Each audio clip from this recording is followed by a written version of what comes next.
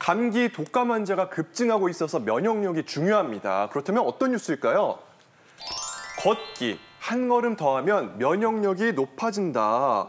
오 교수님, 걷기가 그렇게 면역력에 효과가 있나요? 뭐 솔직히 저는 걷기 예찬론자는 아니지만 어떤 데이터에 의해서 말씀을 드리면 걷기가 굉장히 중요하다. 특히나 이런 겨울철에 신체 활동량을 늘려주는 것이 중요하다고 말씀을 좀 드려야 될 것 같습니다. 네.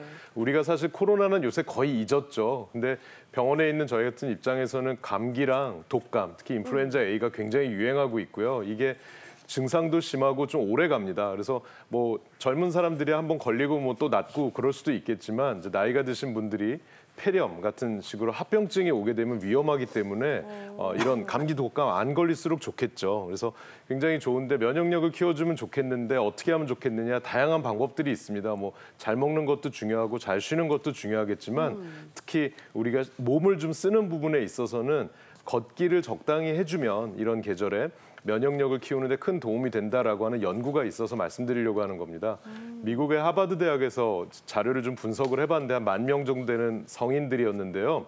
이 사람들한테 하루에 20분씩 일주일에 5번 이상을 걷기를 실천하는 사람과 하루나 그 이하만 실천하는 사람을 비교해 봤더니 감기에 걸려서 증상이 오래가고 회복이 더디고 이렇게 차이가 나는 비율이 43%나 차이가 났다고 합니다. 그래서 그러니까 소위 말하는 신체 활동량이 많은 분들은 안 걸리거나 걸려도 증상이 가볍고 그 기간이 짧고 그래서 적당히 걷는 그 실천이 굉장히 면역력에는 중요하다라고 말씀을 드릴 수가 있죠. 네, 걷기가 정말 중요한데요. 이왕이면 무턱대고 걷는 것보다 내 건강 상태에 맞춰서 걷는 게 중요하겠죠. 그렇죠. 그래서 교수님들이 꿀팁을 제시해 주셨습니다. 자, 먼저 당뇨병 있으신 분들은 어떤 꿀팁일까요? 함께 보시죠. 바로 시계가 도움이 되는군요, 윤 교수님. 네, 걷기가 혈당을 낮추기 때문에 걷기는 좋은 운동이긴 한데 당뇨 환자들 같은 경우에는 이제 걸으면 안 되는 시간대가 있거든요. 아침 공복 시라든가 아니면 심야 시간에 너무 많이 걷게 되면 저혈당의 위험성이 있습니다. 이때는 좋지 않고요. 그러면 걸으면 좋을 때는 언제냐? 식후가 혈당이 많이 오르기 때문인데 식후에 특히 1시간에 혈당이 특히 많이 오릅니다. 식후 1시간에 걷는 게 좋은데 우리가 이제 식후 1시간이라고 얘기하는 거는 식사를 하고 나서 1시간이 아니고요. 식사를 시작하고 나서 1시간입니다. 보통 식사를 한 20-30분 정도 하잖아요. 그러면 이제 최대 혈당이 오르는 시간이 한 30분 정도밖에 안 남았습니다. 그래서 식사를 하자마자 바로 걷기를 하면 혈당 조절에 효과적입니다. 네, 그렇군요. 두 번째는 고혈압인 분들 요즘 굉장히 많잖아요. 네. 어떤 것들이 도움이 될까요? 보겠습니다.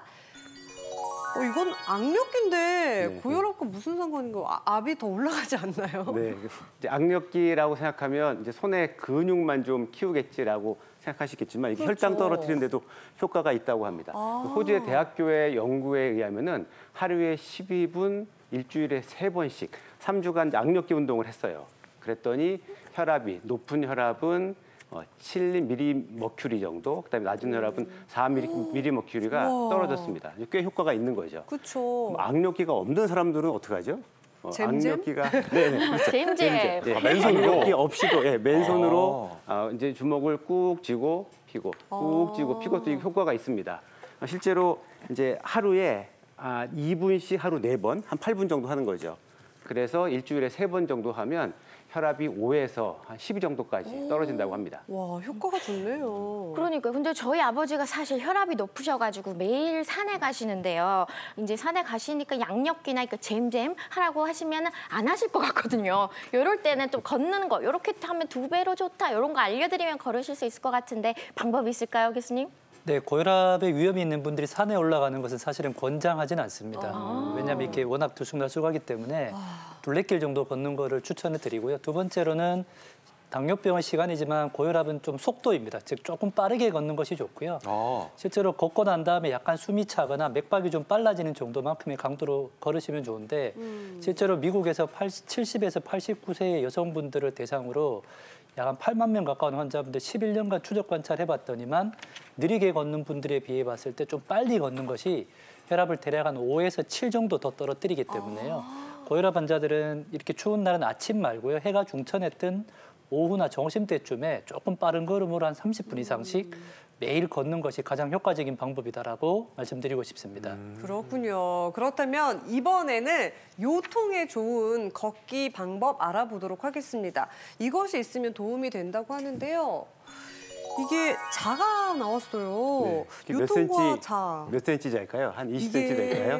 네, 네. 20cm네요. 네, 이제 10cm 정도.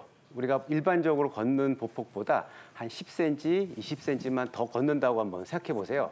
그럼 그걸 조금 더 늘리기 위해서 우리는 다리를 뒤로 더 차야 되고요. 엉덩이 근육이 일을 하죠. 그다음에 허리도 쭉 펴야 됩니다. 그 요통의 관리에, 그러니까 허리가 안 아프기 위해서 제일 중요한 것 중에 하나가 허리 주변을 잡아주는 근육, 그다음에 엉덩이 근육을 튼튼하게 하는 거거든요. 보폭을 10cm만 늘리는 걷기를 해도 허리 근육을 보호하는 허리를 보호하는 근육들을 잘 키울 수가 있습니다. 근데 이제 보폭을 넓게 걷는 걸음을 하실 때 중요한 것이 한 가지가 더 있거든요. 그건 뭐냐면 걸을 때 이렇게 몸을 웅크리고 걸으면 허리에 오히려 더 나빠질 수가 있습니다. 쭉 뻗을 때 허리를 쭉 펴고 걸으셔야 되거든요. 우리가 정상적으로 허리는 이렇게 쏙 들어간 전만이라는 게 있는데 이 전만을 잘 유지하고 걸으셔야 됩니다. 네, 건강 상태에 따른 걷기 꿀팁까지 배워봤는데 네. 이번 주말에 무척 춥잖아요. 그러게요. 그래서 저희가 바깥에 나가서 걸으세요라고 추천드릴 수는 없고 집안에서 혹은 실내에서 재미있게 걸을 수 있는 운동법 배워보도록 하겠습니다. 박효영 트레이너와 함께 배워보도록 할게요. 다 같이 나가볼까요? 네, 네. 좋아요. 걷기라고 하니까 나오신 건 아니에요. 걸으려고요. 힘든 거 안 하시려고. 네. 네. 교수님 말씀하신 것처럼 보폭을 넓게 해서 걷는 것이 훨씬 운동 효과는 좋아요. 그런데 우리 10cm 정도 보폭을 넓혀서 오래 걸을 수가 없잖아요, 집에서는. 그래서 조금 과하게 저희는 내 보폭의 2배로 걷는 방법을 네, 집안에서 한번 해보실 거예요. 이게 실내이기 때문에 좀 과하게 네, 하는 그렇죠. 거군요. 실내기 때문에 보폭을 조금 더 넓혀서 네. 대신 조금 짧은 거리를 걷는 거죠. 그럼 일단 한번 걸어볼까요? 네. 일반적인 내 보폭보다 보폭에 한 걸음 더 크게 한 걸음 더 2배로? 네, 걸어준다고 생각하시면 돼요. 너무 너무 네, 너무 과했나요? 네, 욕심이 좀 가하셨어요. 3cm 정도가 좋은 거군요. 20, 네, 맞아요. 30 내 정도. 발이 내 발 2개 정도. 2개. 네, 그 정도를 기준으로 잡으시면 좋을 것 같아요. 네. 그럼 이렇게 이 방향으로 우리 2바퀴만 보폭 넓게 걸어볼게요. 네. 자, 시작. 넓게. 넓게. 이때 상체를 잘 세우셔서 엉덩이랑 허리에 힘이 들어가도록 네, 넓게 한 바퀴 더 걸어주실게요. 같이 걸으니까 더 재밌네요. 네. 그러니까요. 그래서 이게 집에서 가족분들하고 네. 같이 걸으셔도 좋습니다. 넓게 하니까 하체 쪽에 더 힘이 많이 들어가요. 맞아요. 딱 넓게 걸으면 빨리 걸을 수가 없기 때문에 엉덩이나 배에 힘이 들어가는 게 더 잘 느껴지실 거예요. 그럼 이번에는 2번째. 우리 조금 힘들게 걷기 한번 배워볼게요. 네. 그냥 걸으면 사실 그렇게 힘들지 않잖아요. 그런데 집에서 우리 거실을 몇 바퀴 돈다거나 아니면 방에서 화장실을 가실 때, 주방에서 어디 가실 때 이렇게 걸어 다니시면 아주 효과가 좋으실 거예요. 오. 자, 2발은 골반 넓이로 해주실 거고요. 이 상태에서 우리 기마 자세를 한번 만들어 볼게요. 네. 이거 투명 의자 자세인가요? 맞습니다. 힘든데요. 벌써 힘드시죠? 네. 자, 이 상태로 걷는 거예요. 근데 이렇게 계속 걸으면 힘드니까 우리는 기마 자세로 4걸음 걷고 일어나서 4걸음 걷고 이렇게 하고 기마 자세로 한 바퀴 조금 빠르게 걸어볼게요. 네. 자, 똑같은 방향으로 서주시고 기마 자세 기마 자세. 네, 걸을게요. 시작. 4걸음 기마 자세로 걷고 무릎 펴서 걷고 이거 재밌다. 처음 하시는 분들은 이렇게 최대한 내가 낮춰서 좀 쉬우신 분들은 기마 자세인 상태로 걸으셔도 되고 낮춰서 하나, 둘, 재성 씨 제가 셋. 잡아요. 빨리 가요. 지금 앞에 밀려 있어요. 이슬기 아나운서 빨리 가주세요. 이거 화장실 갈 때 진짜 이렇게 들어가시면 걸어가면 됩니다. 좋겠네요. 맞아요. 그래서 먼저 기마 자세를 하실 땐 너무 이렇게 살짝 앉는 것보다는 네. 조금 더 앉으면 앉을수록 더 힘들게 걷는 방법이 되실 거예요. 네. 그럼 걷기 2가지 운동 함께 해봤습니다. 잘 배워봤습니다. 네. 우리도 네. 들어갈 때 자. 기마 자세로 기마 들어갈까요? 자세로. 네. 그래서 이렇게 재밌게 걷는 운동법까지 배워봤는데요. 걷기와 관련해서 시청자분들의 궁금증을 저희가 미리 받아봤습니다. 어떤 질문인지 함께 보시죠. 네, 외할머니와 어머니가 치매를 앓다가 돌아가셔서 치매가 너무 걱정이 됩니다. 치매를 예방할 수 있는 걷기법이 있을까요? 하셨어요, 윤 교수님. 네, 그 걷기는 온몸의 혈액순환을 도와주고요. 특히 이제 빨리 걷기를 하면 뇌로 가는 혈류량을 증가시켜주기 때문에 치매의 알츠하이머병의 원인 물질인 베타 아밀로이드를 침착되는 걸 막아주거든요. 더 효과좋게 걸으시려고 하면 걸으시면서 100에서 7을 계속적으로 빼는 방법이 있습니다.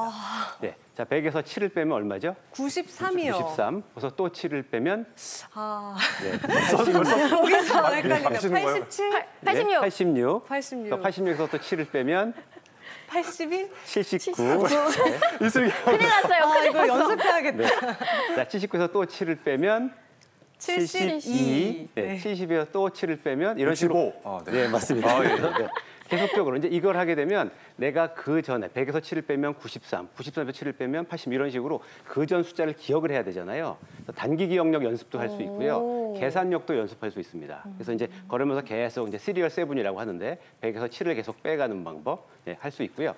또 걸을 때 혼자 걷는 것도 좋은데 이제 친한 사람이랑 같이 걷게 되면 그 사람이랑 즐거운 대화도 하고 또 손도 꼭 잡고 사랑의 대화를 나누면 네, 이제 몸에서 우리가 행복을 느끼게 해준 옥시토신이라는 호르몬이 나오기 때문에 치매 예방에 더 도움이 됩니다. 정말 좋은 방법이네요. 네.